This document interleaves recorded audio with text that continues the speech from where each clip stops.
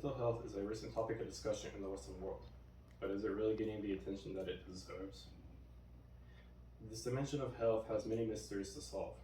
With the rising diagnosis of psychiatric illnesses, it is imperative to begin to understand the importance of mental health and to discover the remedies in order to combat the rise of mental illness. Psychological trauma, feelings of despair and inadequacy, and neurotic dysfunction are interlinked, as the three are the most common symptoms that are found. How they manifest is unknown, but how to treat them is a bigger question. Is there a root cause to all the psychiatric disorders that are beginning to manifest? If so, is there a connection between today's mental illness and the downturn of the handicapped in society? The answer to mental illness begins with addressing our needs.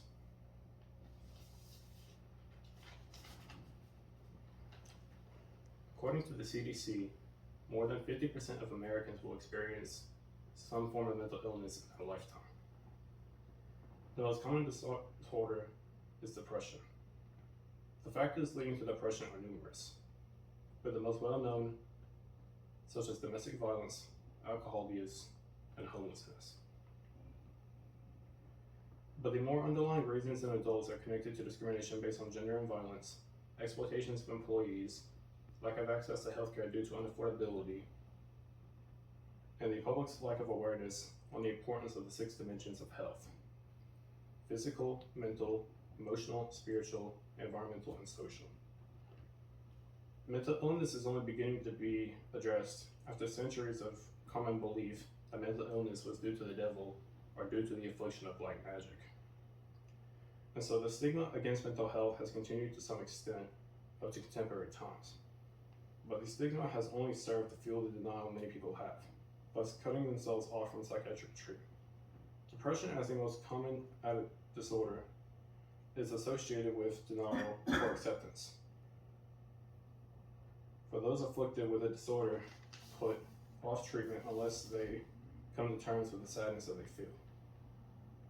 On a cultural level, depression is usually the byproduct of the suppression of emotions, adherence to traditional norms, and the perception that seeking mental treatment is a sign of weakness. These beliefs are largely held by people who come from abusive backgrounds and have low socioeconomic status. Because they are stuck in poverty, they often turn to drugs or alcohol. According to Francisca Reese, children with a low socioeconomic status suffer from multiple stressful life situations and are exposed to a higher risk of developing mental health problems.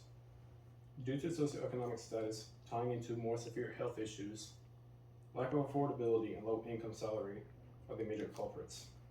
As many low-wage jobs do not give insurance, the working class is made to be exploitive labor.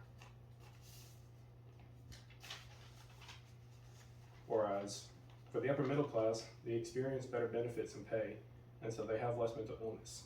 Only unionized workers may be able to evade health problems because they have worker protections. Mental health is still a taboo in our society, as it's stigmatized in many cultures. With options available, we may be able to heal and cure mental illnesses that are to be discovered. The recent rise in mental illness is troubling and can only be addressed through a change in attitude, lifestyle, and better access to healthcare. To stigmatize mental health is to deprive oneself, but to embrace it can give somebody their freedom.